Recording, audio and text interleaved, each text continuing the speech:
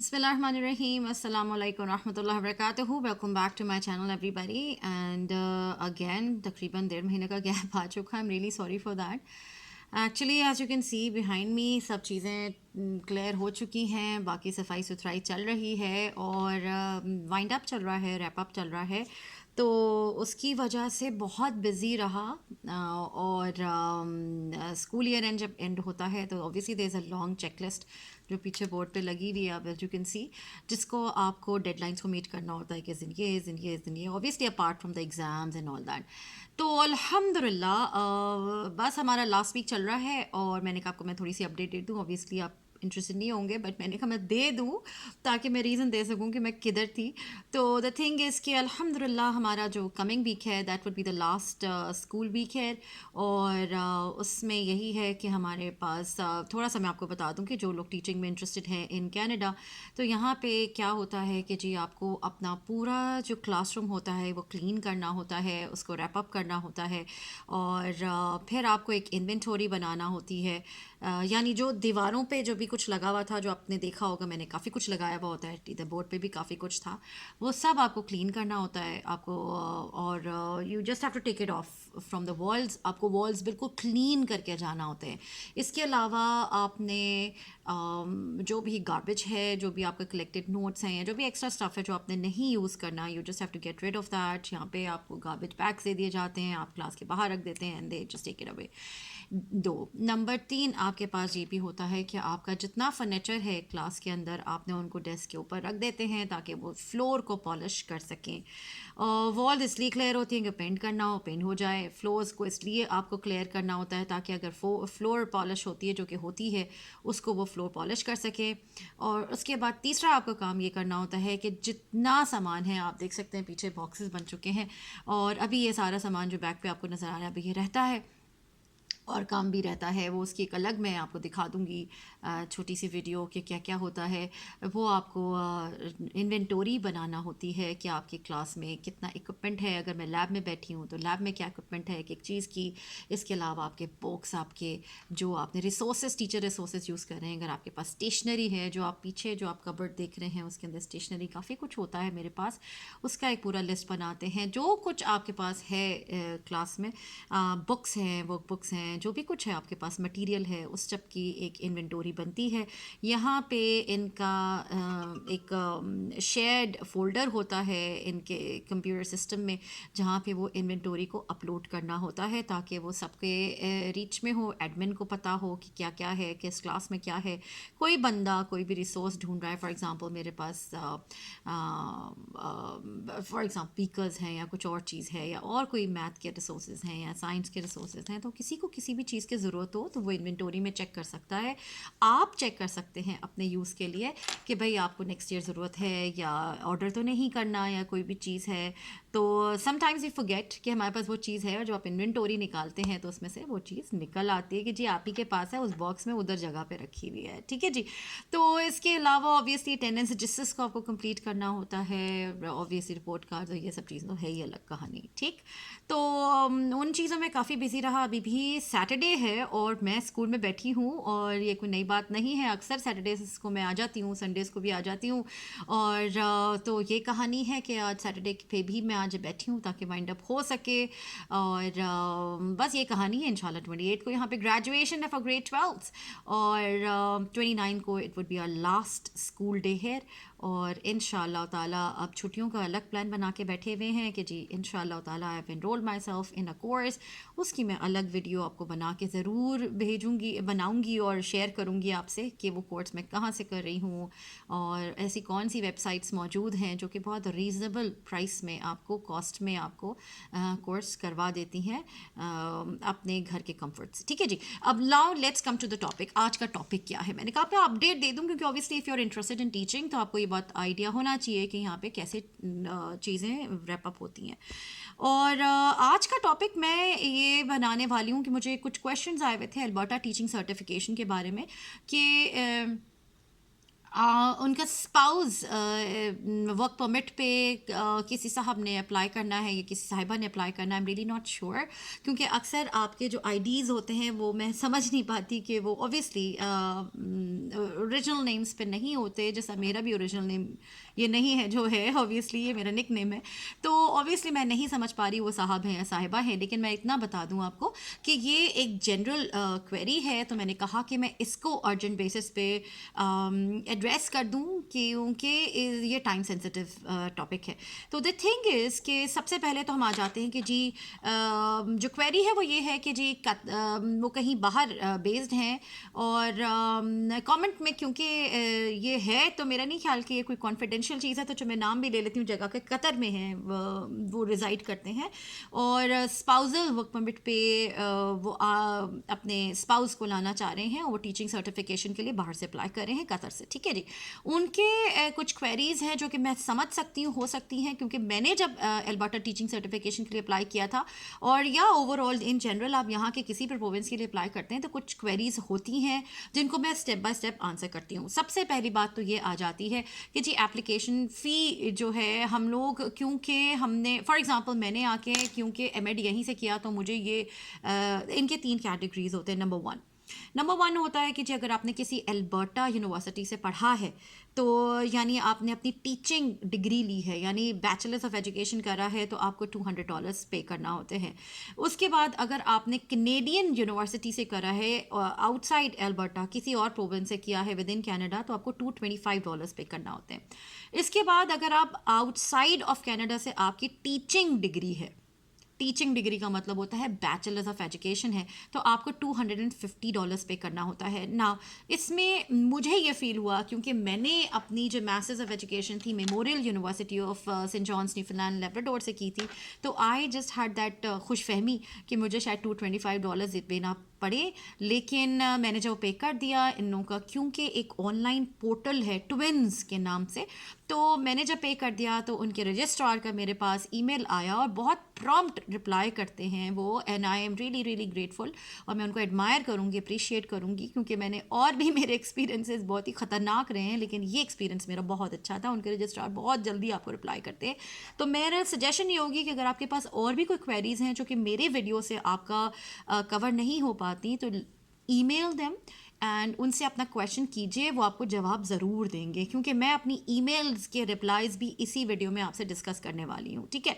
तो मैंने अप्लाई किया 25 दे के, उनकी फ़ौरन ईमेल आई कि नहीं, आप आउटसाइड एल्बर्टा वाले कैटेगरी में नहीं आते, आप आउटसाइड ऑफ कैनेडा कैटेगरी में आते हैं, क्योंकि हम एमएड की बात नहीं कर रहे, हम बीएड की बात कर रहे हैं, ठीक। सबसे पहली क्वेरी तो मैं आपको ये सॉल्व कर दूँ कि अगर आपने यहाँ से पढ़ा है लेकिन बैचलर्स आपका बाहर से है, तो आप $250 पे करेंगे अपना ट्विन्स का ऑनलाइन पोर्टल के लिए, ठीक। नंबर 2 आ जाती है आपके बाद, ऑब्वियसली आप कैसे पे करेंगे, वीज़ा है, मास्टर कार्ड है या और चीज़ें हैं, इन चीज़ों के थ्रू पे करेंगे। अब हमारे पास आ जाते हैं, there are 2 types of certifications, एक टेम्पररी, यहाँ पे बहुत क्लियरली लिखा हुआ है कि जी एक इंटरम प्रोफेशनल सर्टिफिकेट होता है, और एक प्रोफेशनल एक permanent professional certificate. Interim professional certificate और परमानेंट प्रोफेशनल सर्टिफिकेट, इंटरम आपको मिलेगा, और वो क्या होता है कि अगर आपने इंटरम ले लिया और उसके बाद 2 साल आपने किसी एल्बर्टा एजुकेशनल इंस्टीट्यूट में पढ़ाया है, तो आपका जो एम्प्लॉयर होगा वो आपके 2 साल की टीचिंग इवैल्यूएशन रिपोर्ट्स को भेजेगा टीचिंग अथॉरिटी को, जो लाइसेंसिंग अथॉरिटी है, और उसके बेसिस पे वो आपको परमानेंट प्रोफेशनल सर्टिफिकेट देंगे, लेकिन उसकी शर्त 2 साल उनके किसी टीचिंग यानी एजुकेशनल इंस्टीट्यूट में जॉब करना है। तो हम इस वक्त बात कर रहे हैं इंटरम प्रोफेशनल सर्टिफिकेट की, जो कि मेरे पास भी है, ठीक है। अब हम आगे बात करते हैं, एप्लीकेशन फ़ी डिस्कस हो गई, फिर हम बात करते हैं कि अब आपने इनिशियल सर्टिफिकेशन के लिए अप्लाई करना स्टार्ट किया। याद रखिएगा ये सब चीज़ें ऑनलाइन पोर्टल पे हो रही हैं। कुछ चीज़ें वो ये आपसे कहते हैं अपलोड कर दीजिए इनके पोर्टल पे, तो आप अपलोड कर दीजिए, और कुछ चीज़ें वो कहते हैं कि उनको डायरेक्टली किसी अथॉरिटी से आना है, तो आप उनको डायरेक्टली उन्हीं अथॉरिटी से सेंड करेंगे जिनसे वो मांग रहे हैं। फिर कुछ चीज़ें होती हैं आप उनको डायरेक्टली सेंड कर सकते हैं, तो आप उनको डायरेक्टली सेंड करेंगे। मैं रिपीट कर देती हूँ, नंबर 1, कुछ चीज़ें ऑनलाइन पोर्टल पोर्टल पे अपलोड हो सकती हैं। नंबर 2, वो कुछ चीज़ें आपके जो कंसर्न्ड अथॉरिटीज़ हैं उनसे डायरेक्टली आपको मेल करवानी है, वो आप उन्हीं से मेल करवाएंगे, वो आपका मेल क्या वो एक्सेप्ट नहीं करेंगे। कुछ डॉक्यूमेंट्स ऐसे होते हैं जो वो कहते हैं आप उन्हें डायरेक्टली सेंड कर दें, एक्सेप्टेबल है, आप वही करेंगे। ठीक, अब हम बात करते हैं आगे।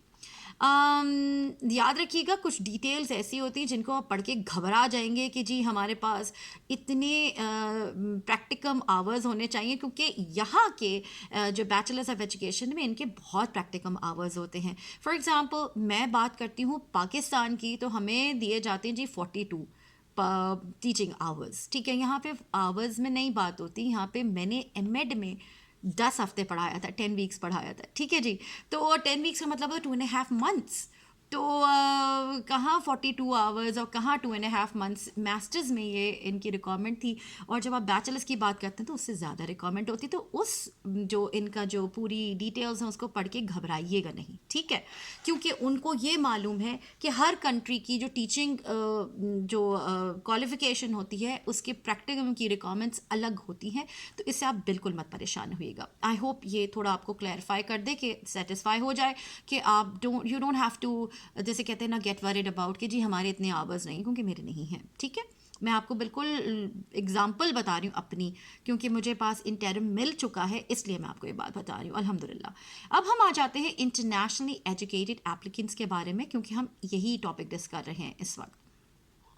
ऑब्वियसली आपके पास जो एक रिकग्नाइज इंस्टीट्यूशन से आपने किया हो, अगर मैं पाकिस्तान की बात करती हूँ तो मैंने कराची यूनिवर्सिटी से, मेरा रिकग्नाइज्ड है, तो मुझे परेशान होने की ज़रूरत नहीं है। And I am pretty sure कि अगर आप इंडिया से या बांग्लादेश से या किसी और कंट्री से अप्लाई कर रहे हैं तो आपका किसी रिकग्नाइज इंस्टीट्यूशन से ही होगा जिसकी डिग्री मानी जाएगी। ठीक है, अब हम बात करते हैं कि कुछ इन्होंने कोर्सेज इधर मेंशन किए हुए, programmes not recognised include but are not limited to. अगर आपका ये आपने सब कुछ किया हुआ है तो ये जो एक जैसे कहते हैं ना टीचिंग क्वालिफिकेशन में इंक्लूड नहीं होता, जिसमें school centred initial teacher training है, स्कूल डायरेक्ट और ग्रेजुएट टीचर प्रोग्राम्स है, टीच अमेरिका है, टीच नाउ है, टीचर रेडी है, ये सब चीज़ें नहीं काउंट होती। It has to be from a proper institution. तो ये याद रखिएगा, इन चीज़ों के बेसिस पे आप अप्लाई नहीं कर सकते टीचिंग लाइसेंस के लिए। अब कहानी ये है कि ऑब्वियसली मैं लिंक नीचे शेयर करने वाली हूँ कि ट्विन्स पे आपने कैसे अपना पोर्टल बनाना है। मेरे ख्याल है बाय नाउ सबको आ चुकी हैं ये बेसिक चीज़ें। तो ऑब्वियसली अगर आप चाहते हैं कि मैं ऐसी कोई वीडियो बनाऊं कि मैं अपना स्क्रीन शेयर करूं और पोर्टल बनाना सिखाऊं, या कोई और चीज़ें किसी यूनिवर्सिटी के लिए अप्लाई के लिए जो पोर्टल बनता है वो बताऊं, do leave your comment in the comment section, तो मैं उस पर भी ज़रूर बना दूंगी। ठीक है, अब हम बात करते हैं, आपने ट्विन्स पे बना लिया, आपको फ़ी भी पता चल चुकी है, आपने पे भी कर दिया है। अब हम बात करते हैं कि जी कितने दिन में आपको ये मिलेगा। अगर हम आउट ऑफ कंट्री एप्लीकेंट्स की बात करते हैं तो हमें 120 बिजनेस डेज में ये मिल जाता है, और ये जो कह रहे हैं वो होता है। बहुत बहुत क्विक इनका प्रोसीजर था। क्योंकि मैं इस वक्त आउट ऑफ कंट्री ग्रेजुएट्स की बात कर रही हूँ तो मैं उन्हीं चीज़ों को लेके चलूँगी। एल्बर्टा ग्रेजुएट्स इस वक्त टॉपिक नहीं है, कैनेडियन ग्रेजुएट्स भी टॉपिक नहीं है, इस वक्त out of country graduates topic है। आउट ऑफ कंट्री का मतलब होता है कि अगर आपकी टीचिंग क्वालिफिकेशन कनाडा से बाहर की है, जैसे कि मेरी थी। ठीक, अब हम बात करते हैं आइडेंटिटी डॉक्यूमेंट्स की। अब ये सब क्या होता है, let me just discuss it in details. Identity documents में government issue Canadian birth certificate है, या कैनेडियन पासपोर्ट है, या कैनेडियन सिटीजनशिप या सर्टिफिकेट है, फ्रंट एंड बैक दोनों चाहिए होता है इनको, या वैलिड परमानेंट पीआर कार्ड है, परमानेंट रेजिडेंस कार्ड है, जिस पे बेसिस पे अच्छा इंटरेस्टिंग थिंग है कि उस वक्त मुझे पीआर मिल चुकी थी, लेकिन मुझे एनएल में और मैनिटोबा टीचिंग सर्टिफिकेशन में पीआर नहीं मिली थी। तो मैंने अपने पोस्ट ग्रेजुएट वर्क परमिट के बिना पर ये अप्लाई किया था, और आपको ये मिल जाता है टीचिंग सर्टिफिकेशन, मैं इसलिए आपको बता रही हूँ।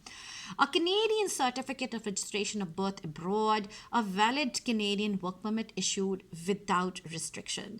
Now valid Canadian work permit without restriction का क्या मतलब है, मैं आपको ये भी बता दूँ। कभी कभी आपको ऐसा कैनेडियन वर्क परमिट मिलता है जिसके अंदर लिखा हुआ होता है क्लियरली नीट नीचे उसका एक जैसे कहते हैं ना कंडीशन होती है कि आप वल्नरेबल पॉपुलेशन के साथ काम नहीं कर सकते, जिसमें सीनियर्स आ जाते हैं और बच्चे आ जाते हैं। तो जब आप उन लोगों के साथ काम नहीं कर सकते तो ऑब्वियसली आपका ये जो वैलिड कनेडियन वर्क परमिट है उसमें क्योंकि रिस्ट्रिक्शन है बच्चे और बूढ़ों के साथ काम ना करने की, जिन्हें आप इधर सीनियर सिटीजन्स कहते हैं या बच्चे ऑब्वियसली चिल्ड्रन कहते हैं, ठीक है ना, तो आप ये टीचिंग लाइसेंस के लिए अप्लाई नहीं कर सकते। तो आप मेक श्योर करें कि उसमें वो कंडीशन ना हो। अगर वो कंडीशन है तो आप उसको रिमूव करवाने के लिए अप्लाई कर सकते हैं ना। अब हम बात करते हैं कि जिन साहब या साहिबा ने मुझसे ये रिक्वेस्ट की है, इस वीडियो क्वेश्चंस पूछे हैं, उन्होंने वीडियो की रिक्वेस्ट तो नहीं करी लेकिन मैं बना रही हूँ ताकि सबको हेल्प मिल जाए। तो कहानी ये है कि अगर आपके पास एक स्पाउजल वर्क परमिट है तो मेक श्योर उसमें ये कंडीशन ना हो। नंबर 1, आप बिल्कुल अप्लाई कर सकते हैं। तो एक कंडीशन तो मीट हो गई आइडेंटिटी डॉक्यूमेंट की, जिसमें आपने क्या प्रोवाइड किया, आपने अपना valid spousal work permit apply कर दिया, ठीक है, प्रोवाइड कर दिया यानी कि।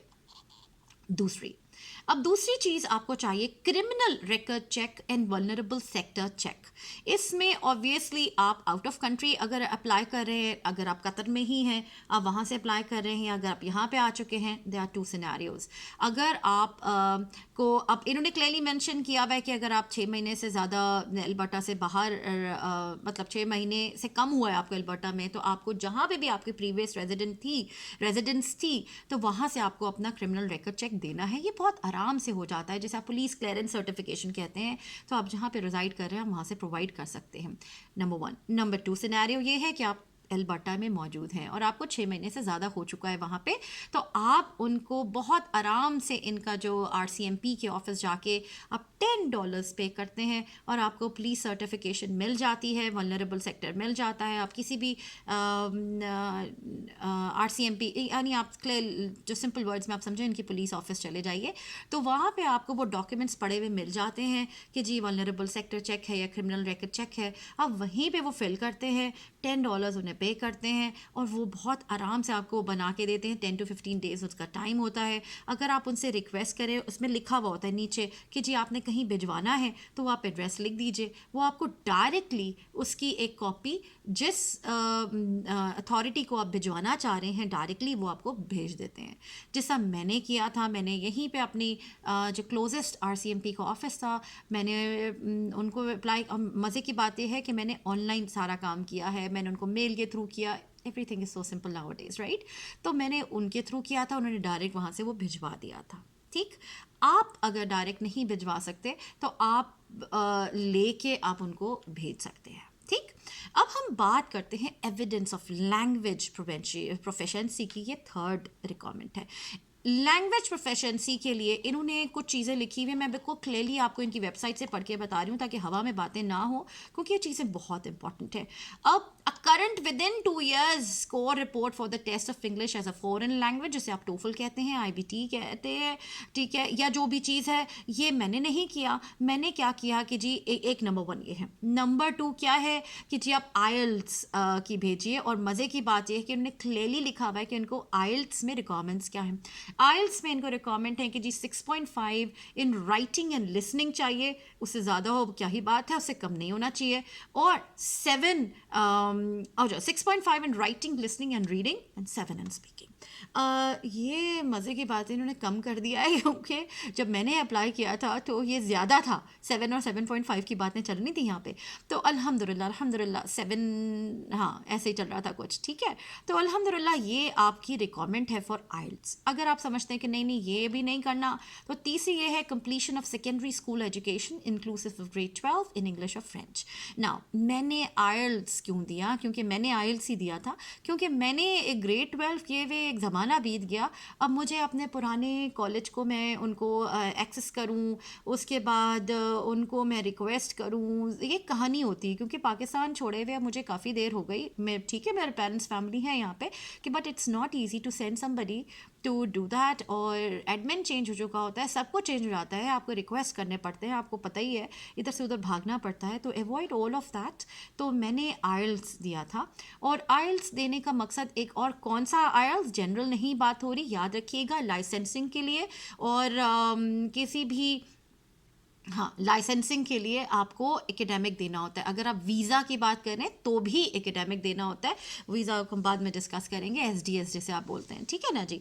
तो अब कहानी ये है कि मैंने आइल्स दिया, और आइल्स देने का मकसद ये भी था कि ये 2 साल के लिए वैलिड होता है, और अगर आपको इसकी कहीं और रिक्वायरमेंट है, आपने और किसी लाइसेंसिंग के लिए अप्लाई करना है, तो वहाँ ये यूज़ हो सकता है। बिकॉज याद रखिएगा, हर लाइसेंसिंग बॉडी की अपनी अपनी रिक्वायरमेंट्स होती है। तो मैंने ये इसलिए दे दिया था, थोड़े पैसे खर्च हुए, मेहनत हुई, बट एक पक्की बात हो गई जो कि कहीं और भी यूज़ की जा सकती है। अब हम आगे बात करते हैं। अच्छा, ये जो लैंग्वेज इन लेटर है कि जी आप लेटर निकलवा लेते हो अपने जो भी इंस्टीट्यूशन से आपने इंटरमीडिएट किया था। इंटरमीडिएट पाकिस्तान में इंटरमीडिएट कहते हैं ग्रेड 11-12 को। तो अगर आपने जिस भी इंस्टीट्यूट से ग्रेड 12 आपने अपना क्लियर किया था, आप वहाँ से ये लेटर बनवा सकते हो, बिल्कुल उसी तरह से जैसा आप अपने यूनिवर्सिटी से ये लेटर बनवा सकते हो कि जी language of instruction was English. ठीक। ये किसी ने मुझसे पूछा था कि जी हमें ज़रूरी है कि हम आइल्स दें, वो करें, लेकिन द थिंग इज़ कि आप ये लेटर ऑफ इंस्ट्रक्शन बनवा सकते हैं। मैं नहीं बनवा सकती थी, तो मैंने आइल्स दे दिया ना। अब सबसे इंपॉर्टेंट चीज़ है स्टेटमेंट ऑफ स्टैंडिंग। ये क्या चीज़ है? स्टेटमेंट ऑफ प्रोफेशनल स्टैंडिंग एक होता है letter which has to be directly send to the registrar from each jurisdiction, जहाँ से आपने टीचिंग सर्टिफिकेशन आपके जिसके पास था, जिस जुरिस्डिक्शन में आपके पास टीचिंग सर्टिफिकेशन था, और आपने अपना टीचिंग प्रिपरेशन प्रोग्राम वहाँ से कंप्लीट किया, आपको लेटर प्रोफेशनल स्टैंडिंग चाहिए। उस लेटर प्रोफेशनल स्टैंडिंग पे क्या लिखा हुआ होता है? उस पर लिखा होता है डेट ऑफ इशू, आपका सर्टिफिकेट सस्पेंड, कैंसिल या विड्रॉ तो नहीं हुआ, type of level of the certificate होता है, और स्कोप ऑफ इट्स अथॉरिटी होता है। ठीक है जी, कि आपका लेवल जैसा 4, 5, 6, 7 आपका लेवल होता है। ये भी होता है कि आप एलिमेंट्री को पढ़ाने के लिए आपने वो टीचिंग प्रोग्राम किया था, या सेकेंडरी को पढ़ाने के लिए किया था, आप कौन से ग्रेड लेवल को पढ़ा सकते हैं। ठीक है, तो ये सारी चीज़ें वो लेटर प्रोफेशनल स्टैंडिंग में कवर होती हैं। नाउ इन्होंने क्लियरली मेंशन किया हुआ है कि if a jurisdiction does not issue certification, a letter of reference is accepted in lieu of a statement of standing. Letters of reference must be on official school letterhead. Now मैंने क्या किया? मैंने क्योंकि पाकिस्तान से अपना बैचलर्स एजुकेशन कंप्लीट किया था, और मुझे पता है कि वहाँ से ऐसा कोई लेटर आप अथॉरिटी से नहीं निकलवा सकते, इसलिए मैंने ये सेकेंड ऑप्शन यूज़ की थी। और मैंने जहाँ जहाँ टीच किया था और जहाँ जहाँ मेरे पास टीचिंग सर्टिफिकेशन मौजूद रही है, मैंने उन सबसे लेटर प्रोफेशनल स्टैंडिंग की रिक्वेस्ट की थी, जैसे आप लेटर ऑफ रेफरेंस भी कहते हैं ना। कहाँ से? पाकिस्तान से सवाल ही पैदा नहीं होता, क्योंकि आपको पता है कि जी मैं वहाँ रहती नहीं, मेरे पास ऐसे कोई कॉन्टैक्ट्स नहीं थे जिनको मैं जगह जगह, मैंने 4 स्कूल में टीच किया वहाँ पे, तो मैंने 4 जगहों पे नहीं भेज सकती थी, एडमिन चेंज हो सकता था, तो पाकिस्तान वाला काम तो मैं नहीं कर सकी। लेकिन हाँ, उससे ये होता है कि अगर आपके पास वहाँ का बीएड है तो वो भी काफ़ी होता है। अब हम बात करते हैं सऊदी की। सऊदी में यही था कि उन्होंने मुझे ये कहा, मैंने उन्हें ईमेल करा कि जी मेरे लिए पॉसिबल नहीं है कि मैं क्या करूं, तो उन्हें ये बोला कि आपका जो लास्ट एम्प्लॉयर है आप उससे लेटर ऑफ रेफरेंस मंगवा लें।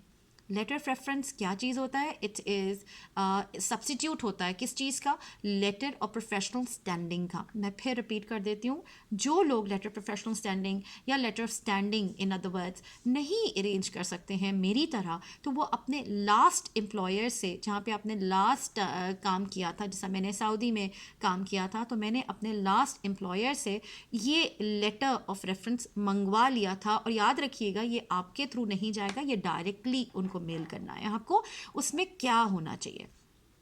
ऑफिशियल स्कूल लेटर हेड पे होना चाहिए, फिर dated and sign by the head of the school हो, by be sent directly to the registrar at Alberta Education by the head of the school हो, detail the duration of employment as well as subjects and grade start हो, यानी कितना अरसा teach किया, क्या subjects teach किया, कौन से ग्रेड्स को टीच किया। It taste that you left the school in good standing, और आपका वो आपके लिए बोले कि आप एक अच्छे कैरेक्टर के मालिक थे, एक अच्छे टीचर थे, और there was no issue regarding you. ठीक है जी। तो ये मैंने उनका क्लैरिफाई कर दिया कि अगर आप लेटर ऑफ स्टैंडिंग नहीं कर सकते तो अपने लास्ट जहाँ पे आपने जॉब की है उनके थ्रू ये आप भिजवाइए। And I am so grateful to my colleague, मैं नाम नहीं लूँगी लेकिन मैं I am really truly grateful to her, जिन्होंने ये मेरे बिहाफ पे काम किया इन सऊदी। बहुत सारी दुआएं हों उन लोगों के लिए, ठीक है जी। ऑफिशियल ट्रांसक्रिप्ट की बात आ जाती हैं। ट्रांसक्रिप्ट्स आर ओके ना, ट्रांसक्रिप्ट्स के लिए क्या होगा? ट्रांसक्रिप्ट्स भी एक मसला है, पाकिस्तान आई am really sorry, I love my country so much, लेकिन कुछ डॉक्यूमेंटेशंस में ये प्रॉब्लम आ जाती है। तो उसका हल मैंने क्या किया कि मैंने आइल्स नहीं, वेस्ट से मैंने अपना डिग्री बाय डिग्री आप इमिग्रेशन के लिए करवाते हो, कोर्स बाय कोर्स आप जो इवैल्यूएशन करवाते हो अपनी टीचिंग सर्टिफिकेशन के लिए कराते हो। मैं रिपीट कर देती हूँ, डिग्री बाय डिग्री इवैल्यूएशन नहीं चाहिए होती, कोर्स बाय कोर्स इवैल्यूएशन चाहिए होती है टीचिंग लाइसेंस के लिए। ये मैंने करवाई और मैंने जो वेस्ट था उससे डायरेक्टली सेंड करवा दिया इनको। तो ये जो मेरा ट्रांसक्रिप्ट आगे पे जहाँ से करा है आप वहाँ से भिजवाइए। तो मैं क्योंकि वेस्ट से अपना मैंने कोर्स बाय कोर्स करवा चुकी थी तो मैंने ये वहाँ से करवा दिया। इट्स ऑथेंटिक, इट्स रिलायबल और वो इसको इनकार नहीं कर सकते। लेकिन मैंने ये करने से पहले मैंने उनको ईमेल करके ये बात कंफर्म कर ली थी। याद रखिएगा, लेटर ऑफ रेफरेंस की बात भी मैंने उनसे ईमेल पे कंफर्म करी थी। तो मैं आपको सॉलिड बात बता रही हूँ जो मेरे केस में लागू हुई थी। आपको लगता है कि आप डबल कंफर्म करना चाहते हैं, just email them and they are nice people, they will get back to you with all your answers, right. तो अब हम ये बात करते हैं कि जी सेकेंडरी स्कूल लीविंग सर्टिफिकेट, ये क्या कहानी है जी। अब स्कूल लीविंग सर्टिफिकेट को बजाय मैंने क्या किया था कि मैंने इन लोगों को जो अपना वेस्ट है वही भिजवाया था, क्योंकि उसमें आपका जो ग्रेड 12 बैचलर्स मास्टर्स एवरीथिंग उनके पास होता है। तो मैंने ये उनको डायरेक्टली भिजवा दिया था, तो मुझे स्कूल लीविंग सर्टिफिकेट की ज़रूरत नहीं पड़ी। तो ये सारी चीज़ें मैंने आपको कवर कर दी हैं। इसके अलावा भी अगर आपके पास कोई क्वेश्चंस हैं तो feel free to comment and I will reply to your comments, ठीक है जी। दुआ में याद रखिएगा, इंशाल्लाह नेक्स्ट वीडियो में मिलेंगे। और नेक्स्ट वीडियो में बनाने जा रही हूँ सेंट क्लेयर्स कॉलेज पे जो कि ओंटारियो में है। और किसी ने मुझे पूछा था एजुकेशनल सपोर्ट प्रोग्राम के बारे में कि ये डिप्लोमा प्रोग्राम है, इसके बारे में मैं गाइड कर दूँ।